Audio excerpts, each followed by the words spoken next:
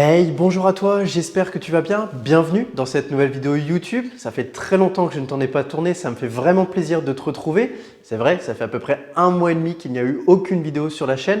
Pourquoi? Tout simplement puisqu'il y a eu les congés d'été, c'est important de faire un break de temps en temps. Et puis deuxièmement, aujourd'hui la société, les investisseurs du vivier que tu connais si tu as l'habitude de suivre cette chaîne ou peut-être que tu la découvres et je t'invite à cliquer sur le lien juste ici. D'autant plus que d'ici quelques jours, on a notre nouveau site internet qui va sortir. Alors vraiment, je t'invite à aller consulter, ça vaut le coup d'œil. Voilà, aujourd'hui la société se développe, c'est important de prendre du recul, c'est important justement de savoir se concentrer, se focus et c'est justement le thème que j'ai envie d'aborder avec toi dans cette vidéo, c'est que tu l'as vu, si tu suis le marché de l'investissement locatif, il y a eu énormément d'évolutions, surtout depuis le 1er septembre et c'est le but de cette vidéo, c'est tout ce que je veux te partager. Alors assis-toi, prends ton temps, concentre-toi et profite de cette vidéo. À tout de suite.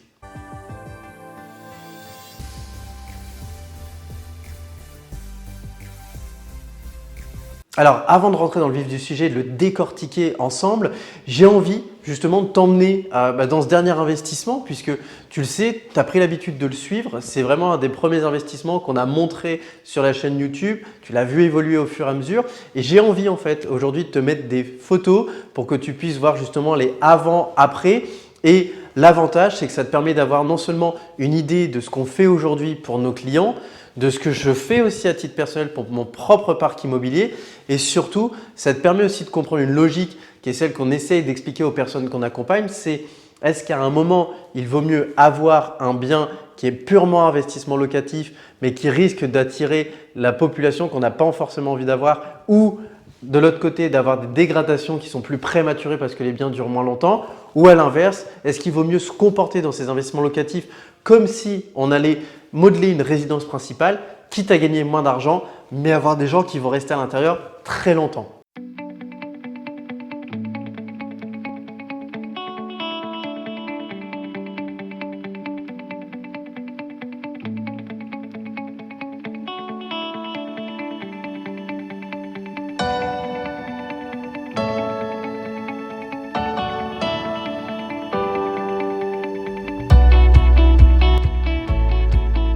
Comme tu l'as vu sur les photos, ça change des simples kitchenettes qu'on retrouve habituellement. C'est vrai que visuellement, c'est quelque chose qui est très agréable et je te pose vraiment la question et je t'invite à me répondre en commentaire. Est-ce que si tu avais la possibilité de louer ce bien, tu aurais envie d'habiter dedans? Moi, personnellement, je m'y projette et c'est toujours comme ça que je vois mes propres investissements et c'est ce qu'on fait également avec nos clients, c'est à un moment, faites de la qualité et donnez à vos locataires ce que vous-même vous auriez envie d'avoir. Et on le voit, on est récompensé, que ce soit moi à titre personnel comme mon associé, on possède des biens qui sont loués depuis très longtemps sur lesquels on a des turnovers qui sont extrêmement faibles. Là, on a encore eu le cas avec un appartement où les locataires sont partis au bout de 7 ans et à un moment, est-ce que ce n'est pas forcément ce qu'on recherche? Est-ce que justement, on ne devrait pas se dire « Waouh, mais c'est génial, je vais avoir une rentabilité qui est plus petite, mais les gens vont rester tellement longtemps qu'en fait, je ne vais même pas me rendre compte que j'ai un bien immobilier et au fur et à mesure, je vais pouvoir continuer de grossir. » De l'autre côté, c'est sûr que si on a plus de rentabilité mais qu'on doit tout le temps être dedans et qu'on s'est acheté un second métier, parfois ça peut être compliqué et c'est vraiment une réflexion que je t'invite à avoir. Au-delà de ça, comme tu le sais, ce n'est pas le sujet de la vidéo, c'est quelque chose que je vais vraiment décortiquer dans une prochaine vidéo en détail. Je t'invite vraiment dans ce cas-là à cliquer sur le bouton s'abonner si c'est quelque chose qui t'intéresse. Également, si tu découvres la chaîne ou même si tu es un ancien, n'hésite pas à aller voir les anciennes vidéos. Aujourd'hui, tu as vraiment une vraie bibliothèque puisque tu as une centaine de vidéos qui sont à ta disposition. Alors, n'hésite pas à les décortiquer. Et le but de cette vidéo aujourd'hui, et c'est là que je t'invite vraiment à rester jusqu'au bout, c'est justement de mettre à jour cette bibliothèque. Parce que depuis le 1er septembre 2020, on a eu énormément d'évolutions sur le marché, que ce soit en termes de biens disponibles, en termes de marché locatif et aussi bien en termes de financement bancaire. Et c'est des informations que tu dois avoir, c'est des informations que tu dois connaître si tu veux investir et c'est surtout des informations que tu dois bien avoir en tête parce que si tu ne les as pas, tu peux te créer d'énormes désillusions. Et au-delà des thèmes qu'on va évoquer, je vais te faire justement des comparaisons avec le fonctionnement qu'on a dans la société et les clients qu'on accompagne pour que tu puisses comprendre et que je puisse appuyer mes discours. Donc la première chose qu'on va voir, c'est l'évolution du marché au niveau de la tension locative. Ça, aujourd'hui, il faut qu'on soit très clair, c'est le meilleur moment pour investir. Alors je le sais, cette phrase, elle peut faire très commercial, très marketing et je n'ai rien à te vendre. Tu le vois, cette vidéo, elle est gratuite, elle t'est donnée en guise de conseil. Et aujourd'hui, si je te dis que c'est vraiment le moment pour investir, c'est la vérité. Pourquoi? Parce que cette phrase, tu as déjà dû l'entendre maintes et maintes fois. On dit toujours le meilleur moment pour investir, c'était il y a 10 ans. Le deuxième, c'est aujourd'hui. Et il prend encore plus son sens aujourd'hui. Pourquoi? Parce que en fait, depuis la sortie du confinement, c'est pas compliqué. En à peu près 6 mois, les loyers ont pris 10% de valeur sur toute la France. C'est impressionnant. Mis à part bien évidemment dans les zones encadrées, mais même dans ces zones-là, on a eu des augmentations de loyers qui ont été autorisées qui sont supérieures à l'inflation. On a vraiment un système de la location qui est en train d'exploser, qui est en train de monter. Et on le voit aujourd'hui, un T2 qui dans une ville moyenne, c'est-à-dire une ville de 50 000 habitants, se serait loué avant à peu près 500 €, va se louer maintenant très aisément 550 €. On a exactement la même chose sur tous les autres types de biens, c'est-à-dire les studios, les T2, les T3, les maisons. Et à l'inverse, on le voit, on a d'autres modes d'exploitation qui étaient vus comme les pépites, comme on dit. Nous, on les a toujours appelés les cash flow poudre aux yeux, même si on en avait. C'est les colocations où aujourd'hui, les colocations ont un petit peu moins d'attractivité. Pourquoi? Parce que les gens font l'amalgame un peu avec le Covid et surtout au-delà de ça, il y en a tellement sur le marché que là, c'est en train justement de saturer. Mais, et c'est là que je le dis et on l'a toujours prévenu, celui qui l'avait anticipé et qui n'a jamais vu plus haut que le marché, mais au contraire l'avait anticipé, c'est maintenant en fait. Et justement, vous avez encore de l'avance, c'est que pour toutes ces personnes qui veulent faire un investissement, c'est maintenant que vous pouvez y aller parce que le marché, le nouveau marché est en train de s'écrire. Et il est en train de s'écrire depuis le 1er septembre.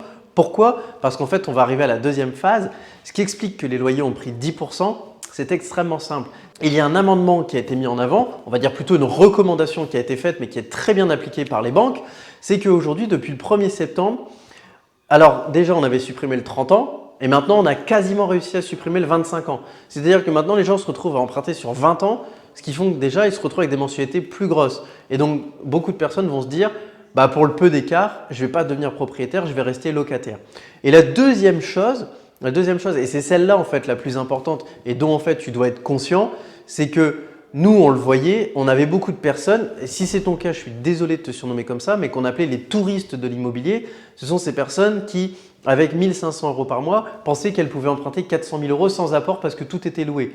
Aujourd'hui, c'est quelque chose qui est terminé, c'est fini. Aujourd'hui, les banques, si vous n'avez pas 10% d'apport et l'équivalent de 6 mensualités de crédit de côté, donc on va dire grosso modo si vous n'avez pas 15% à mettre sur la table, c'est fini. Elles ne vous prêtent plus d'investissement locatif et pareil, à part encore une banque, du moins un organisme avec qui on est en partenariat qui finance sur 25 ans, aujourd'hui maintenant 90% des investissements sont faits sur 20 ans. De l'autre côté, on a aussi ces personnes qui avaient cette astuce et c'est pour ça aussi que le marché de location fait un gros boom, qui avaient cette astuce de se dire c'est pas grave, moi mon investissement locatif c'est un appartement, c'est une maison, je n'ai pas plusieurs lots, je vais le faire passer comme si c'était une résidence principale. La banque, elle n'y verra que du feu. Il n'y a aucune loi qui m'interdit entre la signature de mon compromis et la récupération des clés de changer d'avis et de le mettre en location. Donc, je vais faire ça et je n'aurai pas besoin de mettre d'apport ou je payerai juste les frais de garantie. Et ça, c'est pareil, ça a changé.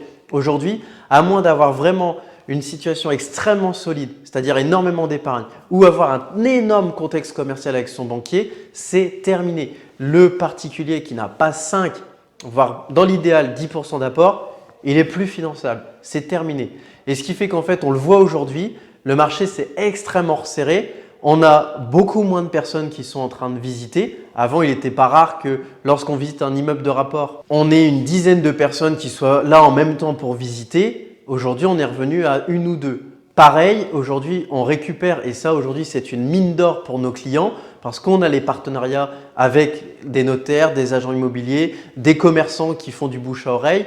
On a justement des biens qui aujourd'hui reviennent sur le marché parce qu'ils n'ont pas pu être financés. Et moi, je peux donner l'exemple de clients sans citer de nom qui aujourd'hui ont pris des claques parce que moi, j'ai quelqu'un qui devait faire un financement à 110%. Qui au final s'est retrouvé à mettre 29 000 € sur la table. J'ai une autre personne qui avait un accord de principe pour mettre entre 5 et 10 000 € sur la table, qui au final a perdu son projet parce qu'on lui demandait de mettre 28 000 €.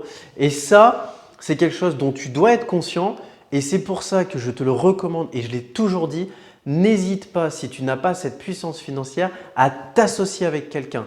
l'association aujourd'hui va encore plus avoir de valeur. Et pour toutes les personnes qui sont contre l'association, et c'est peut-être ton cas, aujourd'hui je te pose une question qui est très simple. Est-ce qu'il vaut mieux avoir zéro ou est-ce qu'il vaut avoir la moitié de quelque chose? Aujourd'hui, moi je préfère très sincèrement avoir la moitié de quelque chose et aller plus loin que d'avoir zéro. Et après c'est pareil, n'oublie pas une chose, c'est que sur le marché tu as des tranches qui sont vraiment extrêmement demandées. Moi je le vois par exemple, on a énormément de demandes sur la tranche 200-300 alors qu'aujourd'hui, si deux personnes qui voulaient investir 250 000 iraient sur un projet à 500 000, elles auraient toujours la même chose mais elles auraient une plus grande facilité à trouver. Donc ça, une nouvelle fois, c'est une gymnastique que va nous amener ce changement de loi. C'est quelque chose qui n'est pas insurmontable puisqu'aujourd'hui, il y a 10 ans, c'était monnaie courante et ça n'a jamais empêché de nombreux investisseurs à développer des parcs immobiliers conséquents. C'est juste qu'il va falloir que tu l'anticipes et que tu sois prêt à être plus flexible. Et après, la dernière chose, qui est une réalité aussi du terrain, nous, pareil, tu peux regarder la chaîne, c'est quelque chose que je n'ai jamais caché. J'ai toujours été contre les personnes qui se focalisaient sur leur rentabilité. J'ai toujours mis en avant le fait d'avoir un emplacement, d'avoir un bien qui est liquide à la location comme à la revente et d'avoir un bien qui projette une belle perspective sur le long terme et qui au final va peut-être ressortir une rentabilité à 8, 8,5. Et bien aujourd'hui, ça prend encore plus son sens parce que l'immobilier a pris 10% depuis le début de l'année, les loyers ont pris 10%. Ce qui fait qu'au final, on se retrouve à la même chose, sauf que dans le contexte actuel dans lequel on est, les personnes qui vendent ne sont plus des personnes qui vendent à 10% de rentabilité. Ce sont des personnes qui aujourd'hui font des réarbitrages de parcs et qui vont vendre ce qu'on appelle les parcs immobiliers les plus recherchés, les plus liquides. Et donc de ce fait, on n'est pas sur des biens immobiliers à 10, 11, 12%, on est plutôt sur des biens à 6, 7, 8. Et si ça, c'est quelque chose que tu arrives à intégrer, tu vas pouvoir aller très loin. Alors, je te vois tout de suite arriver. C'est une vidéo que je vais faire par la suite, que tu pourras retrouver. Donc vraiment, je t'invite à t'abonner. C'est oui, mais dans ce cas-là, Victor, si je perds en rentabilité, je perds en cash flow.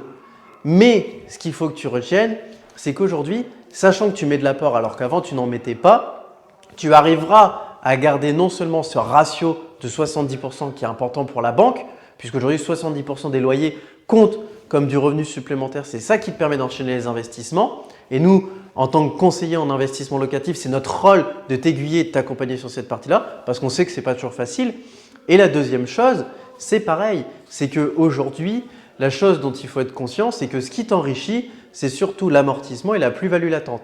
Et si tu arrives à aller chercher ça, si tu arrives à comprendre que c'est la base, c'est là que tu vas pouvoir faire de très belles choses. Et je le donnais en exemple avec ce bien-là. Ce bien-là, c'est typiquement l'exemple. C'est un bien qui aujourd'hui coûte 900 € en comptant le crédit, les charges annexes comme l'assurance, l'expert comptable, la taxe foncière, etc. De l'autre côté, c'est un bien qui est loué 900 € par mois à une famille. Mais aujourd'hui, quand on regarde, 900 et 900, ça fait 0. Sauf que le bien, entre sa valeur avant le confinement et après le confinement, il a pris 25 000 € de valeur. C'est juste énorme. Alors oui, je te vois tout de suite arriver en disant « Oui, mais Victor, tu as eu de la chance parce qu'il y a eu le confinement, il y a eu le Covid. » Non, aujourd'hui, quand on a acheté le bien, on le savait. On avait identifié qu'on était dans un quartier qui se développait énormément. On savait que c'était un secteur résidentiel, qu'on achetait une maison en dessous de sa valeur, qu'on l'achetait avec des éléments qui donnent énormément de vie. On a un garage de voiture, on a un jardin plein sud qui fait 300 mètres carrés, on a une surface habitatable qui fait 90 mètres carrés, on a 3 chambres dont une salle de bain qui fait quasiment 15 mètres carrés. On est en secteur résidentiel comme je viens de le dire, on a toutes les écoles autour. Ça ne peut faire que boum.